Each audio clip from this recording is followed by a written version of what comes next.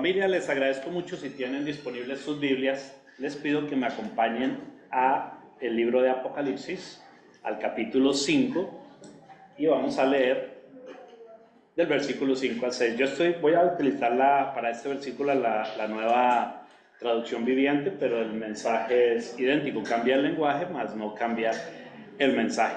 Apocalipsis 5, del 5 al 6. Dice lo siguiente: no llores. Mira, el león de la tribu de Judá, la raíz de David, se está refiriendo al Señor Jesucristo, ha vencido para abrir el libro y sus 7 sellos. Entonces vi a un cordero que parecía haber sido sacrificado, pero que ahora estaba de pie ante el trono. Veamos esto. En un instante, que es un instante eterno, el cordero que fue inmolado se levanta como león vencedor. Es el león de la tribu de Judá y el cordero perfecto y sin mancha. De cordero a león y de león a cordero. ¿Qué quiere decir esto? No es solamente una historia de redención, es el principio de la historia de un reino que ya comenzó, el reino de Dios. Hoy no solamente celebramos al Salvador, al Cordero que voluntariamente se entregó para que fuésemos salvos, sino que adicionalmente adoramos al Rey que gobierna con poder y con gloria. La historia que empezó con clavos y una cruz, termina con una corona. La cruz revela el amor de Cristo por nosotros. Lo que sostuvo en la cruz del Calvario, mi Señor, no fueron los clavos, fue su eterno, inacabable y perfecto amor por ti y por mí. Amén. Aún así, es Rey, y la corona del Rey revela su autoridad. Salvador y Rey, Cordero y León. El mensaje de hoy le he puesto cruz y corona, cuando el Cordero se viste de Rey. Si quieres tomar nota, ese es un buen título, pero siéntete en libertad de darle el título que prefieras. Y le puse un subtítulo de aclaración, dice: Cordero para salvación, Rey para rendición. Vamos pues a mirar unos puntos rápidos sobre el tema del señorío de Cristo, del señorío de Jesús. La verdad sea dicha, sobre este tema se pueden decir cantidades de cosas, pienso yo que interminables. Cada vez que toquemos este tema, seguramente el Señor nos revela, nos da iluminación en verdades que aparecen en la Escritura. De manera que yo he elegido 5 para el día de hoy. El primero, vamos a pensar que son pilares. El primero se llama lo siguiente: donde hay trono, hay Señor. Entonces hay una definición de la palabra Señor que es Kyrios, el griego Kyrios, que de una u otra manera lo que significa es Señor cuyo señorío no tiene límites, un rey cuyo reinado no tiene límite alguno. Eso es Kyrios, y el vocablo que se utiliza cuando se refiere la Escritura al Señor Jesucristo está hablando de ese Kyrios, de ese Rey de reyes y Señor de señores. Lo dice el libro de Apocalipsis, que tiene el Señor Jesucristo escrito en su muslo y en el borde de su manto: Rey de reyes, Señor de señores. ¿Qué significa? No hay límite para el reinado universal y todopoderoso de Cristo. Donde hay trono hay un Señor. Quisiera que me acompañen a Filipenses 2, del 9 al 11. Aquí voy a utilizar la nueva versión internacional. Filipenses 2, del 9 al 11. Dice: por eso Dios lo exaltó hasta lo sumo y le otorgó el nombre que está sobre todo nombre, con un propósito: para que ante el nombre de Jesús se doble toda rodilla, en el cielo y en la tierra y debajo de la tierra, y toda lengua confiese que Jesucristo es el Señor, para gloria de Dios Padre. Veamos, tratemos de partir un poco esos 3 versículos del 9 al 11. Dice: por eso Dios, está refiriéndose a Jesús, por supuesto, Lo exaltó hasta lo sumo. ¿Qué significa lo sumo? Lo más alto, la mayor grandeza. Por eso el Padre exaltó a Cristo a la mayor grandeza, porque no hay rey superior a Cristo y no hay Señor superior a Cristo. En gobernabilidad, en poder, en adoración. No existe nadie que pueda equipararse al Rey de Reyes y Señor de Señores. Y dice algo más. Y le otorgó el nombre que está sobre todo nombre. No existe un nombre por encima del nombre de Jesús mediante el cual podamos ser salvos. En el nombre de Jesús hay autoridad y hay poder. ¿Para qué? Para que ante el nombre de Jesús, que acaba de ser descrito, se doble toda rodilla. Cuando hablamos de doblar toda rodilla, tiene diferentes contextos. Uno es sumisión a una autoridad, sumisión. También sujeción a la autoridad.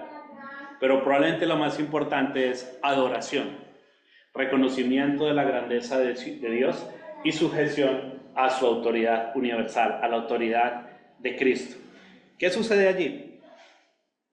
Filipenses nos habla de en dónde se va a doblar esa rodilla ante el nombre de Jesús. Esto es bien importante, amigos. Escuchen por qué. Porque habla de la universalidad del gobierno del Rey de Reyes y Señor de Señores. Dice así, para que se doble toda rodilla. En el cielo, en la tierra y debajo de la tierra. Hablemos un poco de eso. ¿Quiénes están en el cielo? Ángeles, arcángeles, querubines. Los seres celestiales creados por el Señor, que se encuentran en el cielo, van a doblar su rodilla ante el nombre todopoderoso de Jesús de Nazaret. Se doblará toda rodilla de todos los seres que se encuentran en el cielo. No solamente ahí, y en la tierra. Y si ustedes se dan cuenta, en la tierra habitamos no solamente los seres humanos, sino una cantidad inimaginable de seres.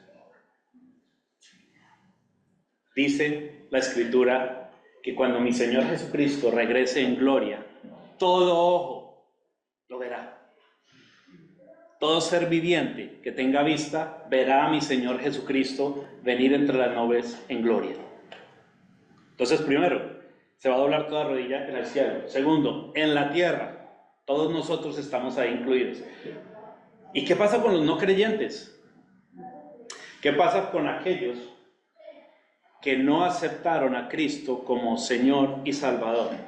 Su rodilla también será doblada ante el nombre de Jesús. Todo ser viviente doblará su rodilla ante el nombre de Jesús. Pero hay más. Y debajo de la tierra. Cuando la Escritura habla de debajo de la tierra, hace alusión a los demonios. ¿Qué son los demonios? Son ángeles que se rebelaron contra Dios, liderados por Satanás. Algunas interpretaciones bíblicas dicen que Lucifer, cuyo otro nombre en caldeo es Satanás, cuando se rebeló contra Dios y dijo, subiré al monte de Dios y seré como él, convenció a la tercera parte de los ángeles del cielo y se los llevó con él. Es una de las interpretaciones, puede ser la tercera parte o no. Lo que sí es cierto es que hay demonios, y los demonios son ángeles caídos que fueron creados por Dios y que junto con Satanás se rebelaron contra Dios y quisieron tomar el lugar de Dios. Y ese fue el pecado original de Adán y Eva. No queremos vivir bajo la ley de Dios, queremos crear nuestras propias reglas, adquiriendo el conocimiento de lo que es bueno y lo que es malo. Ese es tema de otra prédica. Pero si lo notan, lo que afirma Filipenses es que ante el nombre del Rey de Reyes y Señor de Señores se doblará toda rodilla de los seres que se encuentran en el cielo, los ángeles, arcángeles y querubines, de todos los seres vivientes en la tierra y aún de los demonios que se señala que están debajo de la tierra. Seguramente no significa que físicamente estén allí en el núcleo de la tierra. Está refiriéndose a que se encuentran en algún lugar destinado en la tierra para los demonios. Dice la Escritura que Satanás fue echado por tierra, ¿no? En el libro de Job habla de esto. Entonces dice además de la tierra, y toda lengua, sin límite, confiese que Jesucristo es el Señor, el Kyrios, Señor cuyo señorío no tiene límites, Rey cuyo gobierno no tiene límite alguno. ¿Cómo les parece eso? Y si donde hay un trono, hay un Señor. Ese Señor es Jesucristo. Y su trono gobierna en todas las esferas del universo. El reinado de Cristo es universal.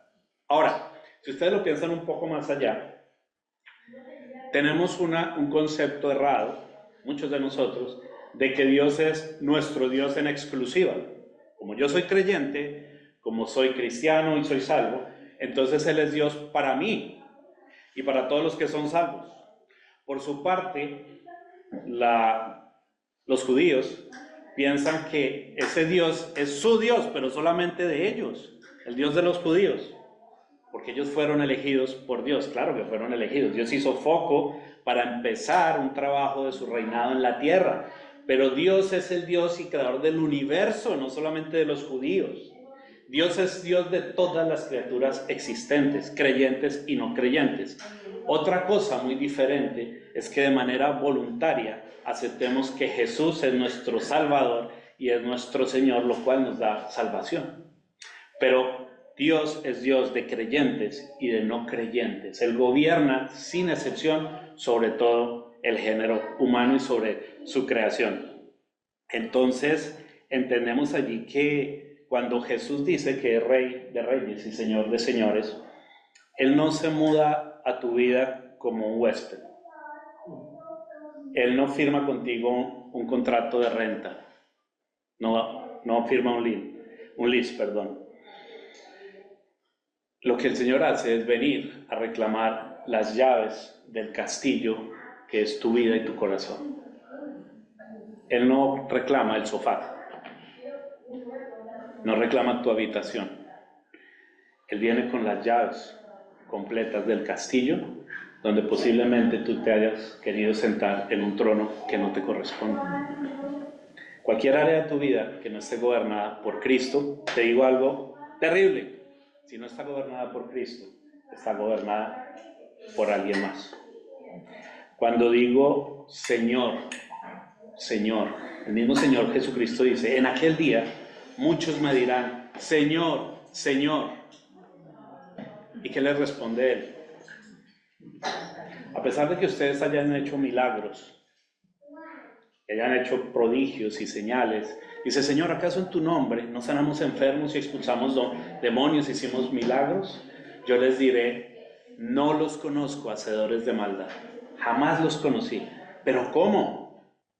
Claro, porque Jesús no era el Jesús, Rey de reyes y Señor de señores en su vida. Era Rey de reyes a conveniencia, para impulsar un ministerio, no para hacer la voluntad del Señor. Donde hay trono hay un Señor, y la verdad es que, lo vamos a ver más adelante, el Señor no comparte ningún gobierno ni trono con nadie. Él es único y exclusivo Dios. ¿Me están siguiendo? ¿Vamos por buen camino? Estupendo. El Señor no quiere un rincón de tu vida, lo que quiere es el plano completo de cada uno de nosotros para construir y seguir construyendo su reino a través tuyo. Pero no logra construir un reino, no por incapacidad, sino por gobernabilidad. No construye un reino a través de súbditos que no lo obedecen. Lo primero que tengo que comprender es que el trono le pertenece a mi Señor Jesucristo. El señorío de Cristo no se discute, simplemente se rinde. No es algo de carácter, conocimiento o mental. Es una decisión de corazón, que si confiesas con tu boca y crees en tu corazón, ya lo vamos a ver, es lo que tengo que hacer. Primero mi corazón, porque es de aquí de donde sale todo, lo bueno como lo malo. Si Cristo no reina en algún área de tu vida y especialmente en tu corazón, hay alguien más reinando allí o algo. Segundo punto: el señorío de Cristo no se negocia, simplemente se reconoce y se acepta. Les agradezco que vayamos a Romanos capítulo 10 y el versículo 9. Esto es tremendo, créanme, van a verlo. Miren, dice: si confiesas con tu boca que Jesús es el Señor y crees en tu corazón que Dios lo levantó de entre los muertos, entonces serás salvo. Condición para la salvación. Pero pasamos muy por alto lo que dice la Escritura en ese sentido. Miren que tiene dos partes fundamentales. Lo primero es una acción, confesar con la boca. Confiesa con la boca que Jesús es el Señor. ¿Y saben qué es lo que sucede? Que pasamos rapidito por ahí, decimos, y crees en tu corazón que Dios levantó entre los muertos, entonces tengo el beneficio, serás salvo. Pero eso tiene dos partes. La primera es que cuando yo confieso con la boca que Jesús es el Señor, estoy diciendo que Él es el Señor cuyo señorío no tiene límites, Rey de reyes que permito que gobierne mi vida en términos absolutos, no parciales. Y eso lo pasamos muy por alto. Como ya tengo la salvación, olvido que mi vida tiene que estar rendida al Señor, al Rey de Reyes, no solamente al Salvador. Aquí estamos hablando con tu boca que Jesús es el Señor, la corona, el Rey, el León. Y crees en tu corazón que lo levantó entre los muertos, serás salvo, mi Salvador, el Cordero, que se inmoló voluntariamente para que fuésemos salvos. Pero son dos cosas, Salvador y Señor. Es más fácil reconocer que somos salvos a que somos súbditos. ¿Por qué? Porque al confesar a Cristo como nuestro Señor y Salvador recibimos salvación y lo damos por hecho, pero se nos olvida que hay otras cosas que no podemos descuidar. Yo tengo que ser obediente a todo lo que el Señor me manda. Que dijo justo antes de ascender a los cielos el Señor Jesucristo. Miren esto, se dedica 3 años a 12 hombres, hace foco en 12 hombres. Uno se le suicidó, le quedan 11, pero tenía su propósito también. Cuando sube al monte al que el Señor los llama, le hacen preguntas. Y algunos de esos 11, después de que Jesús se ha presentado a más de 500 personas por 1 mes y medio, todavía dudan. El Señor Jesucristo se les acerca y les da una instrucción. Les dice, vayan y hagan discípulos. ¿En dónde? En todas partes y con unas instrucciones. Ya vamos para allá. El punto central es que el Señor se toma 3 años para formar a 11 personas, para que esas personas vayan y reconozcan y sean testigos del reino de Cristo en la tierra. Esa es la misión fundamental. Mire, vamos a encontrar que no les dice vayan y hagan conciertos, hagan campañas evangelísticas, escriban libros, hagan bandas. Nada de eso. Construyan grandes templos, grandes lugares de reunión, que tengan parqueaderos y no habla de nada de eso. Habla de una diferencia, de una obediencia diferente. Y el punto es que lo queramos o no, tarde o temprano, todo corazón humano va a tener que reconocer lo inevitable, que el reinado de Cristo no es un reinado opresor, obligado, es un reino que transforma la vida de las personas, que requiere de mi docilidad y obediencia. Es un reino que no se impone desde un púlpito, que no se impone a través de una campaña evangelística o con música de adoración. Es un reino que libera a quien decide sujetarse a él. Rendirse a Cristo no es perder, como en ciertos casos creemos. Tiene más que ver con vivir adecuadamente de acuerdo con cómo fue el diseño para nosotros. Miren esto, cuando en Colombia al menos, cuando hablamos de conversión y cuando hablamos de cristianismo, aparece siempre un dicho, ¿no? Al respecto de qué áreas de mi vida no he sujetado a la autoridad del Rey de Reyes, Señor de Señores. ¿Saben qué aparece? La billetera, las finanzas. No, yo sí creo. Entonces, lo que pasa es que ese tema del diezmo como que no es conmigo. ¿Te rindes al Rey o no te rindes? ¿Cristo gobierna toda tu vida o no gobierna? Es accesorio. Entonces en Colombia decimos que el órgano más sensible de los cristianos es la billetera. Tócame lo que quiera. pero la billetera déjemela quieta. Significa que el trono de tu corazón no lo está ocupando Cristo. Pero ¿cómo que no?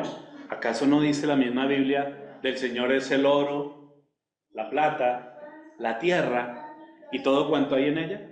Y todo es todo. Nuestra vida, nosotros, la ropa que llevamos puesta, los hijos que hemos engendrado, tu automóvil, tu casa, tu trabajo, tu salud, tu reloj, las medias que llevas puestas, no se las miren, pero son de Dios. Si están remendadas, le pertenecen también al Señor. Todo le pertenece al Señor. Entonces, cuando yo me rindo a Él, esto no es perder, porque no es una rendición que haces frente a alguien que ataca, que destruye, que amenaza, que te subyuga. Es un rendimiento voluntario, en gozo, en paz, sabiendo que no hay ningún lugar donde puedas estar mejor que en los atrios del Señor. Hay una canción bellísima que dice, no hay lugar más alto que estar a tus pies. ¿Y por qué se tira a los pies de quién? De alguien que es autoridad y es ni más ni menos que el creador de todo el universo conocido y no conocido, Rey de Reyes y Señor de Señores. Ese es el Cristo que adoramos y el que nos pide entregarle nuestra vida por completo. Ey, espérate. ¿Y yo tengo que entregarle también mi matrimonio? Sí. ¿Estoy obligado? No. ¿Y qué pasa si no lo hago? No eres súbdito del rey. Tienes un accesorio que utilizas cuando lo necesitas. Señor, ayúdame con el trabajo. Pero lo del diezmo sí lo hablamos después. Señor, ayúdame en mi matrimonio. Pero yo no me quiero formar como un buen marido y un buen hombre ejemplar. Porque primero hay otras prioridades. Yo soy machote. Tú no eres machote. Eres hijo de Dios y súbdito del Rey de Reyes y Señor de Señores. Punto número 3. El reino de Dios es real y Jesús ya inició su reinado. ¿Y por qué este punto me parece que debemos mencionarlo? Por supuesto que hay discusión y cosas acerca del reinado de Dios y cuándo es. En fin, siempre toda inquietud y toda pregunta tengo que llevarla a la Escritura. La palabra de Dios es la verdad, ahí está revelada y nos da iluminación para entenderlo. El reino de Dios es real y Jesús ya inició su reinado. ¿Y cómo sabemos eso? Bueno, veamos lo que dice Lucas 17, del 20 al 21. Para hacer claridad, vean, acerca del reino de Dios, ese es el tema que más mencionó Jesús. El reino de Dios. El reino de Dios. Jesús es llamado, o hay alusión a Jesús como Señor, como el Kyrios, más de 300 veces en el Nuevo Testamento. Y se menciona como Salvador solamente 3 veces. ¿Comprenden la proporción? Una cosa no excluye la otra.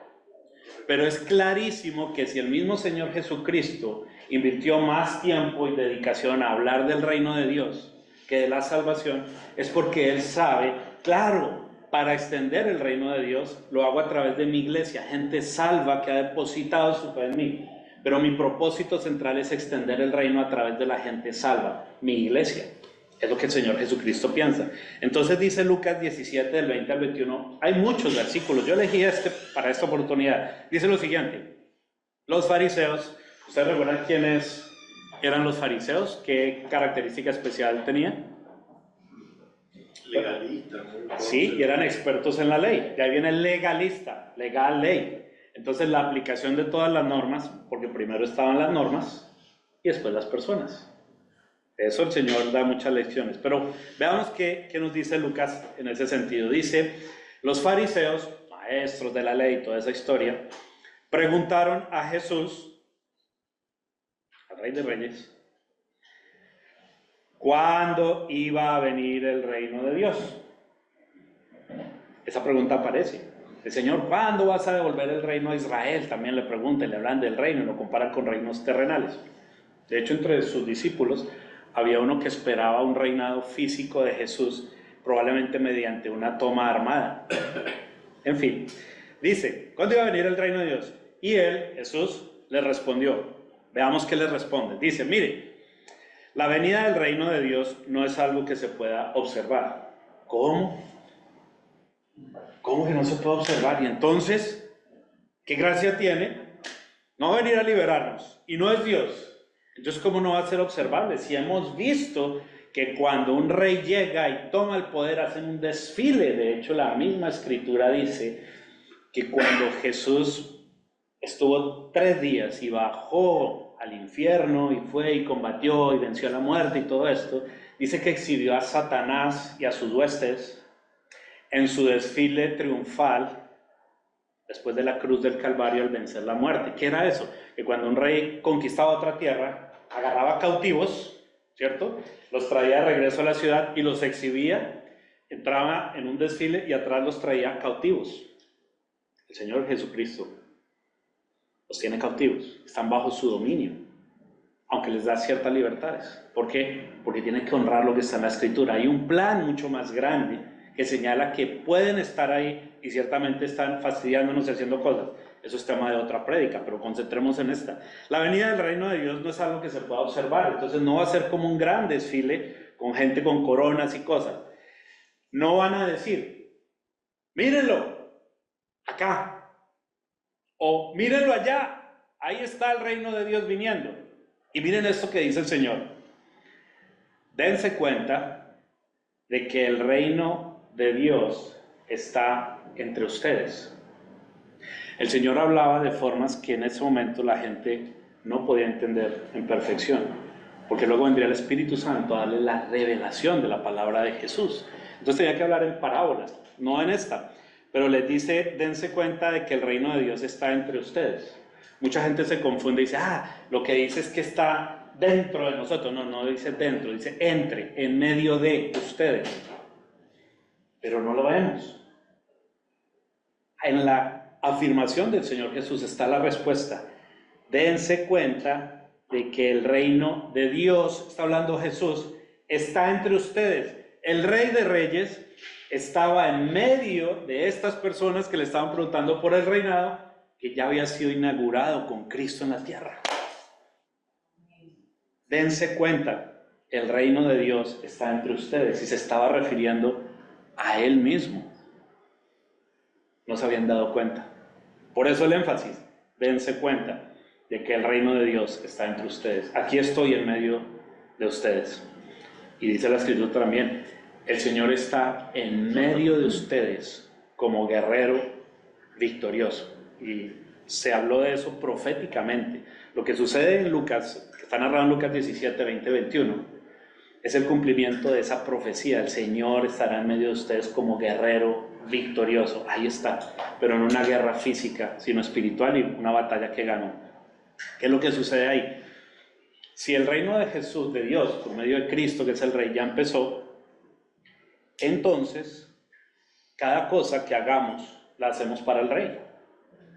Cada decisión que tú tomas, cada acto en tu vida de manera consciente que tú llevas a cabo, es un acto de coronación.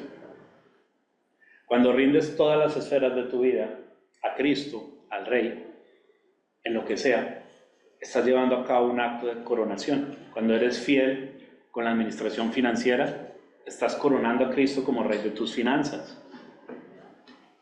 Cuando tomas una decisión importante, basada en lo que la Escritura dice al respecto, estás coronando a Cristo como Rey en esa área de tu vida, en tus relaciones, en tu trabajo, en tu adoración, en tu relacionamiento, y una cosa que me parece a mí de las más importantes, en tu ministerio, porque hemos recibido un ministerio misional de hacer discípulos. Ya vamos para allá. Cada elección que haces es un acto de coronación. Y hay una pregunta que yo me hice, ¿quién firma? Si yo pudiera documentar todas mis decisiones y firmarla en autoridad, ¿quién estaría firmando ese papel con cada una de mis decisiones? Y me tuve que encontrar con algo bien triste, y es que dije, wow, hay muchas decisiones que yo tomo por decreto mío y yo las firmo, pero no llevan la impronta de mi Señor Jesucristo. ¿Qué voy a hacer? En conciencia de que no estoy siendo fiel en todo como debería hacerlo, tomo acción y empiezo a cambiar, a hacer todo lo contrario. Eso es arrepentimiento. Arrepentimiento es, reconozco que algo no está bien, voy caminando hacia allá, me detengo y tomo la dirección correcta. Sigamos. Punto número 4, son 5. No se me vayan a preocupar, ya casi estoy al final. Punto número 4. El que ama al rey, obedece al rey. ¿Quién lo dice? Vamos a ver. Primero, ten en cuenta esto. Donde hay obediencia al rey, hay trono funcionando. Donde hay excusas u obediencia a medias, no hay obediencia. Por lo tanto, no hay reino ahí. Tú eres tu propio reyesuelo en esa área. ¿Qué dice Juan 14:23? Dice, le respondió Jesús, el que me ama, obedecerá mi palabra. Y mi Padre lo amará. Y haremos nuestra morada en él. Hay una consecuencia. Espérate a ver, si yo lo leo al revés, ¿qué dice? El Padre y el Señor Jesucristo harán morada en mí. Si pasa, ¿qué cosa? Sí, el Padre me ama. ¿Y cómo me ama el Padre? Si yo obedezco la palabra de Cristo. Ahí está, es una serie de consecuencias y condiciones, que no es nada difícil. El que me ama, obedecerá mi palabra. Y mi Padre lo amará. Y haremos nuestra morada en él. Porque es que Cristo es la palabra de Dios hecha hombre. Por eso es llamado el Verbo eterno. En el principio estaba el Verbo y el Verbo era Dios y estaba con Dios. Cristo es Jesús. A eso se refiere la Escritura. El señorío no tiene que ver con expresiones bonitas de canto, con palabras grandilocuentes. Tiene que ver con obediencia. El Señor Jesucristo, en el Calvario, estuvo sujeto a una cruz cargada de obediencia y aún del pecado de desobediencia. Él cargó con todos nuestros pecados, allá en esa cruz, y no tuvo excusa alguna. La Escritura señala que aún siendo Dios, no tuvo eso en cuenta para hacerse hombre y venir y vivir entre nosotros y entregar su vida por nosotros. No tuvo excusa. Entonces, alguien que entrega su vida en un martirio, en una muerte cruel y despiadada por nosotros, ¿qué excusa podría tener? Ninguna. El mismo Padre dice, no escatimó en entregar a su propio Hijo por nosotros, no tuvo excusa por hacerlo. Entonces, ¿qué excusa podemos tener nosotros para dejar de obedecer lo que sabemos que debemos obedecer? No hay excusa, mis amados. No la hay. Esa es la realidad que encontramos cuando nos enfrentamos a la Biblia, a lo que la Biblia dice. Cuando la obediencia cuesta, tendemos a dejarla de lado. Yo tengo que diezmar. Pero es que... Y la cuota del carro, y el seguro, y Obamacare, y el IRS. Es que todo eso le pertenece a Cristo. El Señor es el oro, la plata, la tierra y todo cuanto hay. Es simplemente orden. Es orden que el Señor nos da para administrar los elementos financieros en la tierra, pero no solo eso. Lo puedes ver en cualquier área de tu vida. ¿Quieres en realidad ser llamado siervo fiel y bueno? Cumple con la palabra de Dios. Pero es imposible cumplirla al 100%. Cumple hoy lo que el Señor te da hoy. Eso es todo. Hoy. ¿Qué es lo que el Señor te está pidiendo que hagas hoy? Hoy. La obediencia de hoy es para hoy, no es para mañana. Lo que fue ayer, ya eso sucedió. Pide perdón y sigue adelante. Ese señorío y la obediencia, que cuesta, que duele, a veces nadie la entiende. No suelo hablar de mis experiencias, pero hoy a manera testimonial lo puedo decir. ¿Qué hago yo para subsistir, para producir dinero? Yo soy vale parking, estaciono carritos, los muevo de un lugar a otro y luego los traigo. Pero eso no es lo mejor que yo sabía hacer. Hacía otras cosas diferentes que me llenaban el ego. Hacía parte de juntas directivas, asesoraba grandes grupos empresariales, desarrollaba grandes estrategias y era empresario. La gente me buscaba a mí para que yo les enseñara o los aconsejara cómo desarrollar negocios. ¿Era plenitud? No, pero mi ego crecía y crecía y crecía. Entonces yo me senté con los dueños del país. Mi esposa era movida de un lugar al otro en helicóptero para sus reuniones de trabajo. Y el Señor ha venido matando eso en nosotros, porque si no hay un proceso de transformación, no podemos dar el paso a la transición de lo que el Señor espera a nosotros, que es nuestro ministerio, hacer discípulos y extender la obra de Cristo en la tierra. Pero lo que pasa es que tengo que comer. Yo soy valet parking y me muevo 1 hora de ida y 1 hora y 15 de ida y 1 hora de regreso a la madrugada a mi casa para ser productivo. Yo no soy el ejemplo a seguir. Lo que sí es un ejemplo a seguir es cómo el Señor dispone de circunstancias que trabajan en mi corazón para que yo sea obediente y me pueda bendecir y transformar. Eso sí es ejemplo. Eso es lo que el Señor hace. Entonces yo estaciono mis carritos, bendigo a judíos, cristianos, ateos, no creyentes, y el Señor hace su obra a través mío mientras yo parqueo esos carritos. He levantado miles de oraciones en ese lugar durante más de un año, por el lugar mismo, los empleados, los residentes, los visitantes, y aún por las personas que han fallecido y que eran mis amigos allá, pero escucharon el Evangelio de Cristo. Eso es lo que el Señor me pide. ¿Qué tiene que ver estrategia, balance, scorecard, finanzas, marketing con eso? Nada. No sirve para nada lo que estoy haciendo. ¿Por qué? Porque el Señor ordena que me despoje de todo eso.